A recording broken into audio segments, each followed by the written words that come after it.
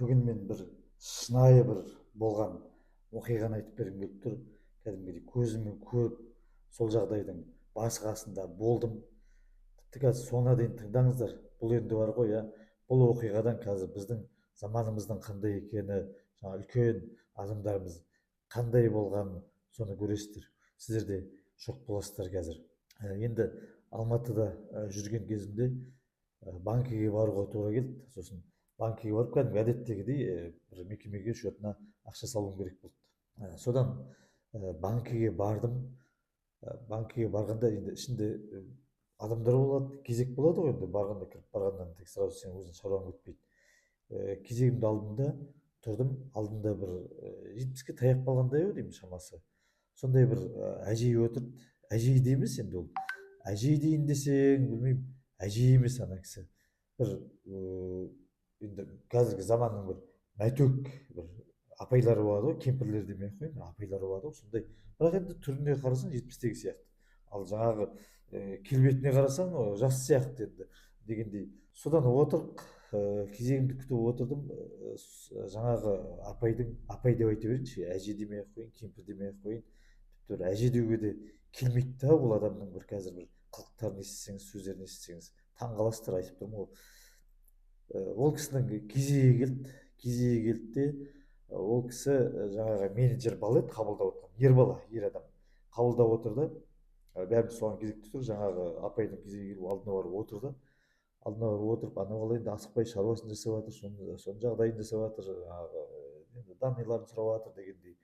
Бір кезде масқара манағы апай тұрып жаңағы балаға айтады ғой, балам, мына қолың деген не болып кеткен, мына дейтін тырнақтарының еттерінің айналасының бәрі өсіп кеткен, не мынау, адам өйстіп отыра ма, жап жас баласын, жаңағы тырнағың еттері өсіп кеткен, бармайсың ба ана педикюрға, жаңағы маникюрға бармайсың ба, педикюрға бармайсың ба дейді. Педикюр дейтін жаңағы не ғой, қолды жасайтын ғой деймін да, маникюр дейтін бетті жасайтын. Сондайға барып өзіңді өзің күтпейсің бе, мынау отырғаның не, ұят емес пе деп ана адам балаға жаңағы сөйлеп жатыр да. Мәссаған, ана бала қасқа енді өзінің жұмысын жасап отқан бала ғой, не дерін білмей қалды жаңағы апайға. Ой апай, не жаңағы кеше машинамды оңдап едім, көлігімді, сол машинаны оңдағаннан осылай болып қалған шығар, кішкене кешіріңіз, содан болар деді де, ол қысылып қалды да кішкене. Сосын ол бала қысылғасын мен де қарап тұрмай, жаңағы қасында енді очерк тұрмын, жақындап тұрмын, сөздің бәрі естіліп тұр. Сосын айтам, сіз апай неге олай деп айтып жатырсыз, бұл жас балдарға үйретіп жатырғаныңыз осы ма сіздің? Педикюрге бар, маникюрге деп жатырғаныңыз не? Ал жақсы барады да педикюрға, маникюрға, сонда бұл бала ертең жас бала ертең кім болып шығады сонда? Бұл ер азамат емес пе? Ертең әйел құсап шыққан жақсы ма? Ертең жақсы қазір педикюрге барады сіз айтты деп, маникюрге барады сіз айтты деп, ертең барады да ол шашын барып бояйды. Сонда не болып шығады ол? Бір күні келіп тағы да айтатын шығарсыз, мынау жақсы болған екен балам, педикюр маникюрға барыпсың, енді мұрныңа сырға тақ, құлағыңа жаңағыдай тағы әшекейлер тақ деп айтатын шығарсыз. Мынауыңыз болмайды апай, бүйтіп айтуыңыз енді кішкене орынсыз деп едім.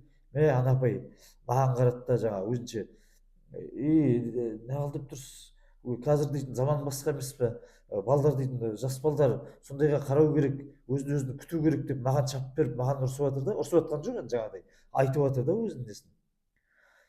Сосын мен айтамын, енді заман басқа деп не сөйтеміз бе? Меніңше апай қазір заман басқа емес, тіпті адам басқа болып кеткен сияқты. Сол заманның адамдарсыздар ғой, бұрынғы кездің адамдарсыздар. Сол кезде сіздердің кездеріңізде мысалы сіздер қатарлы жігіттер сөйтіп боянып жаңағы бетін не істеп педикюр маникюрге барып жүрді ма? Ондай болған жоқ қой. Сонда не өзгерген, ал заман сол күйінде, адам өзгерген, сіз өзгергенсіз мына жерде.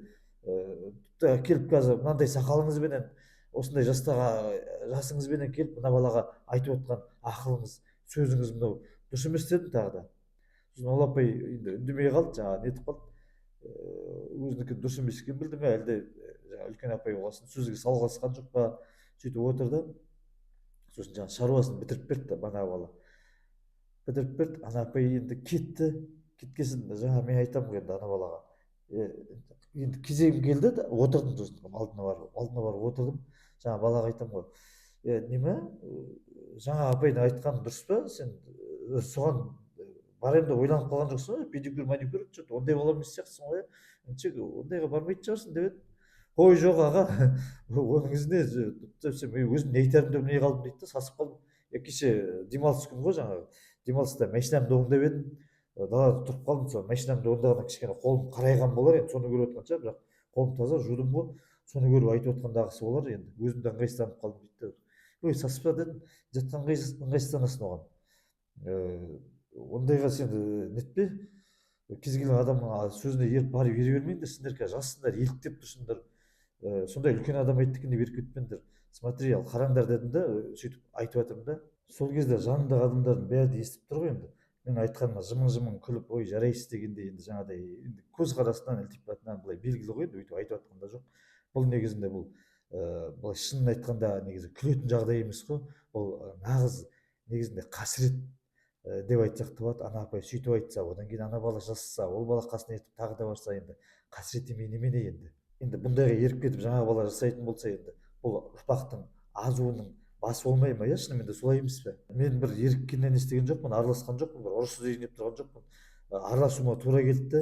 Ертең араласпасақ, ондай жерлерде айтпасақ ақылымызды, ертеңгі күні бізге сын болады, мысалы артымыздағы жастарға сөйтіп үйретіп кеткен, әрқайсымыз үндемей тұрсақ. Жаңағы бала да я аға болды болды, я ондайға бармаймын ғой деп жатыр да, қайта әйтеуір құдайға шүкір бір жөн түзу бала екен да. Жаңағы ол да қаланың баласы болар енді, білмеймін, ауылдан келіп жасап жатыр ма білмеймін. Жаңағыдай сондайға әуес, бір сондайға ойланып жүрген бала болса, қой ағай, өзім білемін ғой, ана апайдікі дұрыс шығар, сөйтіп жасаймын ғой десем, онда вообще әлем жарығы ғой, иә, шынымен де, иә, сондай жолға кетіп қалатын болса. Жаңағыдай жастағы енді ол әже ғой, енді сондай әжелеріміз өстіп жаңағыдай балдарға осындай ақыл айтып жүрсе, педикюр бар, маникюр бар, енді жақсы қыздарға айтса, енді ол болады енді, қыздарға айтса. Ер балдарға айту енді совсем жөнсіз ғой, иә. Ағайын, енді сіздерге сұрақ қойып кетейінші, не істер едіңіздер сіздер бұндай жағдайда? Мен тіпті шок болдым. Қазір де сіздер де шок болып жағаларыңызды ұстап отқан шығарсыздар. Олай болмайды ғой, айтыңыздар. Жетпістерге таянып қалған апай енді жақсы, өзі енді шашын қырқып бүйтіп жүрген апай енді, ол бірақ басқаларға өйтіп, тіпті соның ішінде ер балдарға сөйтіп үйрету енді бұл жөнсіз ғой. Жазып кетіңіздерші, дұрыс па дұрыс емес пе менің айтып отқан? Мен де сіздерге ағайындар еріккенін айтып отқан жоқпын, бір айтайыншы деп, бір не қылайыншы деп, бір осы бір әңгімелерімнен бір нәтиже шықса екен, сондай бір адамдар тыңдап бір басқа жерлерде ертең ақыл айтып жөнін айтып жүрсе екен деген ойменен мақсатпен айтып жатқаным ғой. Ағайындар негізінде бір осындай үлкен жастағы бір жаңағы қалада тұратындар дейін ба білмеймін, жаңағыдай әйтеуір бір басқа бір жақтан келген адамдар сияқты маған бір таңсық көрінеді. Сондай адамдардың бір кері ақыл айтатын, сондай насихат беретіндер маған көптеп кездеседі әрбір жерден. Мысалы жастар отырса, отыра берсін, тиме деген сияқты, қайта оған ақыл айтудың орнына орнынан тұру керек, үлкен адамдар келіп тұрғанда орын беру керек деп айтудың орнына жоқ, олар керісінше айтып жатады. Мысалға деймін да, жаңағыдай оқиға сияқты. Ал енді қараңыздаршы, өйстіп ертең мына педикюр сияқты, маникюр сияқты жастарымыз сондайға барып жүретін болса, ертең біздің елімізді, отанымызды қорғайтын азаматтар емес пе олар? Ертең қолына қару алып, мысалы, елді қорғаудың орнына ертең педикюр маникюр ұстап отырса, мен осы айналысатын, ол жаққа бармаймын деген сияқты ғой енді, иә. Құдай сақтасын, алла сақтасын енді ондайдан. Ол жақсы зат емес, достар, күлетін зат емес. Сондықтан да мені қолдап нетіп қойыңыздар, мына видеоны таратасыздар ма, көп адамдар көрсетесіздер ма, осындай жағдай болып жатыр екен, ондай жағдайды қайталамас үшін дегенім ғой енді. Пікірлеріңізді жазып қойыңыздар, айтып, дұрыс па дұрыс емес пе, мүмкін менікі дұрыс емес шығар, өзі білсін деп жүре беру керек па, міндетті түрде сіздер жазыңыздаршы.